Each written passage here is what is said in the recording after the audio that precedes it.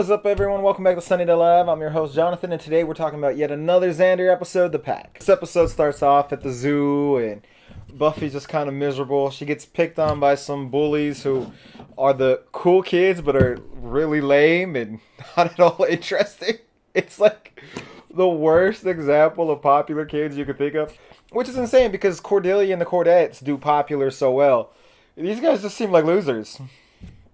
But regardless, they pick on Buffy, then they pick on this other little kid. And, well, not little kid, he's their age, but he picks on him, and the kid defends him. The Flutie, the principal, comes up, tries to stop him. The kid defends them, and then they take it to the hyena pit to mess with them. And it's like, what the hell? He saved you from getting in trouble, and you're still gonna attack him and hurt him? God, ungrateful. Xander, drops some knowledge on Buffy. The field trip's not about where you go. It's about not being in class, something that Buffy seemed to have neglected. And then they see the bullies, and Buffy wants to go jump to the rescue because she's a hero. That's who she is. And Xander's like, nah, I got this. I got this. Doesn't involve any slaying or supernatural. I'm going to save the day. So Xander goes in, confronts them, and then they all get possessed by hyenas. No good deed goes unpunished, especially in the Buffy universe. Yeah, and you don't necessarily know what happens right away. It's a real slow kind of burn, with Xander just kind of being a little bit of a dick and seeming to get stupider. He smells Buffy in the bronze. The dodgeball game is intense. Like they play dodgeball because it's raining outside, and they just start chucking the balls at people hard as hell and eliminating a bunch of kids right off the bat. And then it's all the hyenas on one side and Buffy on the other side, and they all lift it up to eliminate Buffy, and then they stop, lower the balls, and then turn on the same loser kid from before and just pelt him to the ground. And it's like, that poor kid, what did he do? But it's because it is established whenever Buffy and Willow were trying to go after Xander, the zookeeper stopped them. It's like, hyenas can call your name to get you alone, and they only go after the weak. They don't go after the strong. So because Buffy's strong, the hyenas leave her alone. They go after whoever they think they can beat, whoever they think they can attack and kill. And it's pretty brutal. Willow and Buffy have a nice little conversation about their crushes, Willow and Xander and Buffy and Angel, and it makes it even more heartbreaking when Xander just tears into Willow like, I don't ever have to see your pasty face again. You're not shit. Yada yada. Like, just real cruel. And then Buffy confronts him and he just laughs and blows her off and hangs out with his newfound friends. And Willow's just like, she kind of blames Buffy, which is unfair because Buffy, even if Xander wasn't possessed and Xander was just being an asshole, it's not Buffy's fault.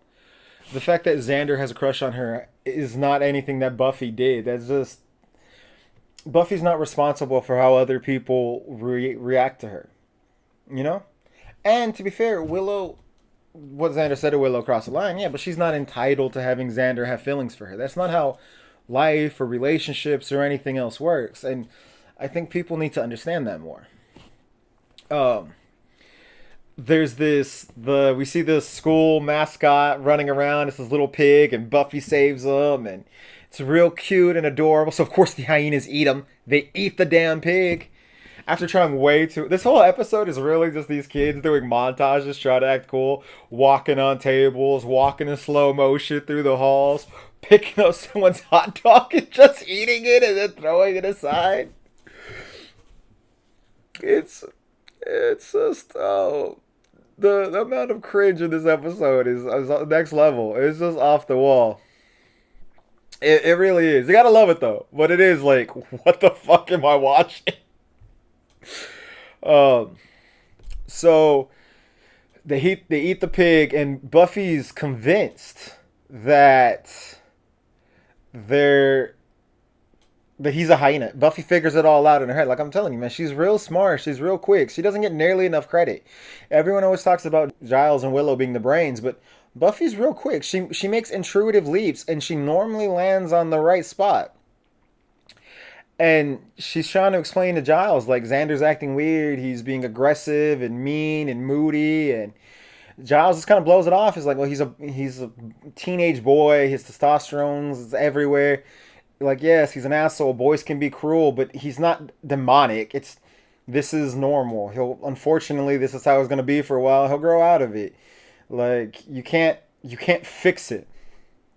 So I think it's another important thing that people don't learn. You can't fix people. If people are assholes, they're assholes. It has nothing to do with you. Leave them alone. Just don't interact with that person. But then Willow comes in and they find out that the hog was eaten, and the child's like, "All right, yeah, no, it's possession. All right, let me go figure this out." So he really quickly goes and figures it all out. Meanwhile, Buffy goes to look for Xander. He confronts her, and when Buffy and Xander are going at it, the other hyenas get confronted by the principal. So we got two different things going on at the same time. We got Xander trying to essentially sexually assault Buffy. Um, it's the hyena. It's not like Xander's not doing this. He's possessed. It's just weird what people get hung up on. The hyena is doing it. But whatever. So then the boys, the pack, the two guys, two girls, the weird people, we'll call them the pack. They start mocking Flutie, and Flutie's trying to like be the disciplinarian and put him in their place, and they attack him and straight up eat him. They eat the principal. This show has 3 principals. 2 of them end up eaten. You do not want to work at Sunnydale High. You're gonna end up food for someone else. It's insane. So Buffy knocks out Xander. They lock him in a cage. I do have to wonder why no one ever finds it odd that the school library has a section that is literally caged off and everyone's just cool with it. Nobody has a problem with it. Like at a certain point, you'd be like, why does the library have a cage? I don't think that's normal. Maybe we should investigate why the librarian put a cage up in the middle of the library. But now people just ignore it. They just go on about their lives.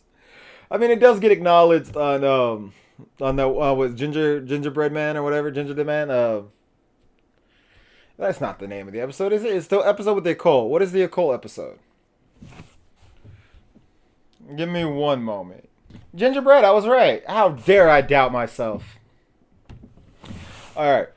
So, it does get acknowledged on that episode. But besides that, people just ignore the fact that there's a cage in the library, which is wild to me. But they have Xander locked in there. They find out that the other pack ate the principal. So Willow stays and watches over Xander while Buffy and Giles go talk to the zookeeper, who immediately is like, oh, I thought something was wrong. And he's like, I could fix this. Bring them here, and I can set everything right. And they're like, well, how will we find them? We only have one of the 5. And he's like, no. After the rest eat, they'll go and track down their missing member, which is like, oh, shit, Willow's in trouble. So Buffy and Giles rush back to the school, but it's too late. Xander is already awake, and he tries to manipulate Willow, but she figures it out, and she's like, I'm just going to ignore you. But then the others come and start calling her name, and then they attack, and she runs. Luckily, before they can hurt her, Buffy shows up, fights them off, saves Willow, and the pack takes off. And then they attack like this little family that's fighting because the guy was trying to holla, I guess, at his wife's sister or something. I don't know, in front of the kid. I'm really intrigued with this family's drama. I'm just like, what was going on in this house that you guys are this upset? But Buffy saves the family, and then they go and Willow and Giles went to the zookeeper to set everything up while she gets them to go there. Willow waits outside while Giles goes in to make sure that the zookeeper has everything he needs. And as he does so, the zookeeper has this mask and he has a pentagram. Well, not a pentagram, but he has like this symbol written on the floor. And Giles is like, all this stuff would have had to be here when the initial thing happened. And he starts to put it together and he's like, oh, you set all this up. And it turns out the zookeeper wanted to be possessed. He just didn't know about the predatory act. So he knocks out Giles. Willow comes in and makes sure everything's okay. He holds the knife to Willow's throat and is like, I just need to pretend to hurt you for the predatory act. Buffy comes in with the hyenas and Willow figures it all out too. It's like, Buffy, it's a trap. And the hyenas attack Buffy, and the dude starts to go on it, and it triggers the spell, and all the hyena spirits get sent into the sky. And before he could hurt her, Xander, now coming into himself, is like, oh no, Willow! And without missing a beat, saves her life, then gets his ass knocked out. Buffy throws the zookeeper in with the hyena pit. He dies. Everything's back to normal. It's a weird episode. It's definitely not the strongest episode, but it's interesting. Deals with interesting things. It's definitely kind of out there with the whole animal possessions of predatory acts and all that. Killed Flutie, poor guy. Xander pretends to not remember anything, and he asks the girls if he did anything else wrong, and they lie and tell him no. Giles confronts him and is like, I know that you didn't forget everything. And he's like, well, you're going to tell him? Giles is like, nah, your secret's safe with me. So it's kind of everything gets resolved, except for, obviously, the principal's dead. Um, but yeah, there's not a whole lot in this episode. It is kind of Monster of the Week episode, and it's not necessarily even the strongest one of those, but the underlying current of getting swept up in the wrong crowd and personalities changing to fit in, and even an argument about consent and learning to take no and being too aggressive in that route. And they are trying to say, I feel like, trying to say a lot in this episode. And some of it lands, some of it is kind of like, but I don't know. I feel like as the series progresses and we get to know the characters better, they can do these types of stories a lot more smoothly. This episode always, to me, feels kind of out. Like it doesn't really fit in with the momentum that the rest of the show has. But then again, there's actually a few episodes in season 1 that I feel this way about. Teacher's Pet kind of was the same thing. Teacher's Pet and The Pack, both of them are just kind of odd episodes. And the two Xander-centric episodes in season 1.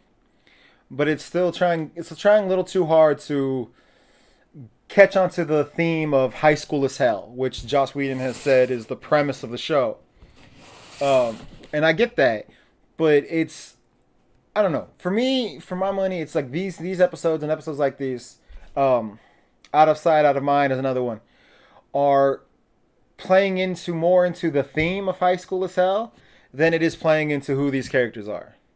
It doesn't really progress things forward so much as it just, here's an interesting anecdote about growing up, or here's an issue that our characters have to deal with.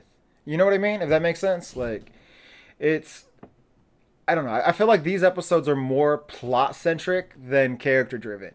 Even though they are getting through the plot through character development, it feels like plot first, character second. If that makes sense. But it's still a good episode. It's still fun. It's still worth rewatching. And there are some things in it that are interesting. There are some things in it that are like, all right, I can get behind that, or, oh, that was pretty cool. And it is cool to see yet another example of Buffy, like, figuring things out before anyone else, putting together the pieces that everybody else is struggling to put together. She really is a great leader, and they established that early on in season 1. And I do love that about this show. But anyways, I'm Jonathan. Till next time, give us legends.